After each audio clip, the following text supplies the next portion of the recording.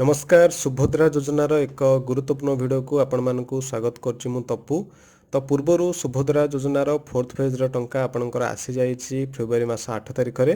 तो बहुत सारा हिताधिकारी सुभद्रा योजनार फोर्थ फेज टंका आसी नाही।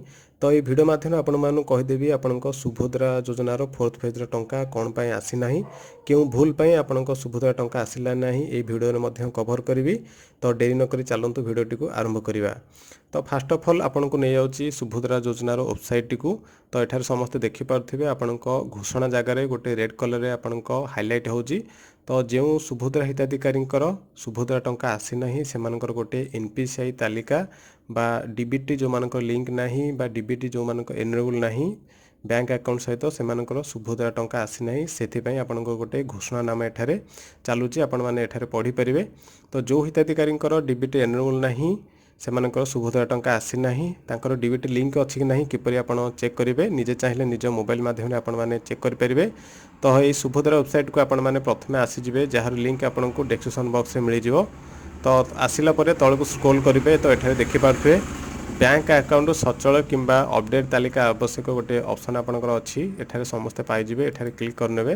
तो क्लिक कला परे आपन सामना रे एनपीसीआई रिजेक्ट तालिका गोटे आसी जिवो। एठारे आपनक जहाँ भी जिला अछि एठारे जिला ना चूज करिवे, तापरे आपनक जहाँ भी आपनक ब्लॉक अछि ब्लॉक नेम चूज करिवे, तापरे आपनक जीपी नेम चूज करिवे, तापरे देखंत ऊपर क्लिक करिवे।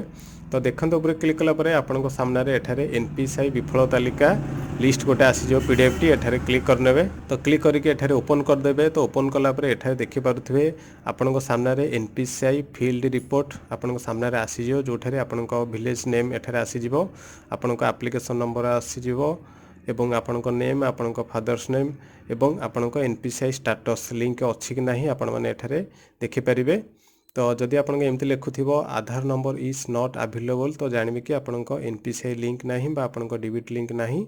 तो यथाशीघ्र जाइकी बैंक रे आपण डीबीटी एनरोल कले बा डीबीटी लिंक कले आपनक आगामी पर्याय रे सुभद्रा टंका आपण माने पाई परिबे। तो ए थिला बहुत हिताधिकारी जो मानकर डीबीटी लिंक नाही। तो आ गोटे कहि दोछि, तो बहुत सारा हिताधिकारी डीबीटी लिंक अछि किंतु सेमानक सुभद्रा टंका आसी नाही।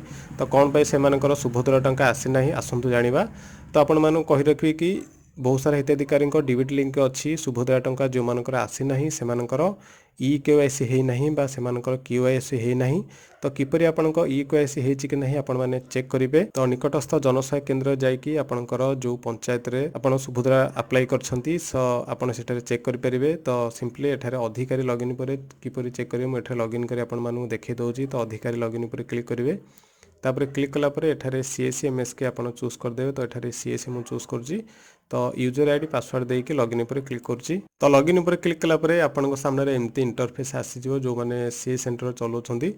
देन एठारे नॉन ई केवाईसी एप्लिकेंट पर क्लिक करिवे। तो क्लिक कला परे आपन सामने रे non e KYC applicant list आसीयो, जोठी आपन लिस्ट अछि से लिस्ट चूज करिवे, तापर आपन ब्लॉक चूज करिवे, तापर आपन जीपे बा वार्ड चूज करिवे, तापर व्यू पर क्लिक करिवे। तो व्यू पर क्लिक कला परे आपन सामने रे एठारे देखि परिवे एठारे 3 जनकर आपनकर केवाईसी हेई नाही बा ई केवाईसी हेई नाही, सेमानकर सुभद्रा टंका आसी नाही। जदि आपनकर लिस्ट रे ना अछि एमती तो आपनको एठारे केवाईसी करे पई पड़िबो। तो निकटस्थ जनसेवा केंद्र एवं मो सेवा केंद्र रे आपण माने ई केवाईसी करि नेबे। तो ई केवाईसी कला परे आपनकर सुभद्रा टंका जहार भी आसी नाही सुभद्रा टंका आसी जिवो। तो समस्त वीडियो को शेयर करंतु, वीडियो केमति लागिछि मते कमेंट बॉक्स रे जणाई परिबे। रहिली, धन्यवाद, जय जगन्नाथ।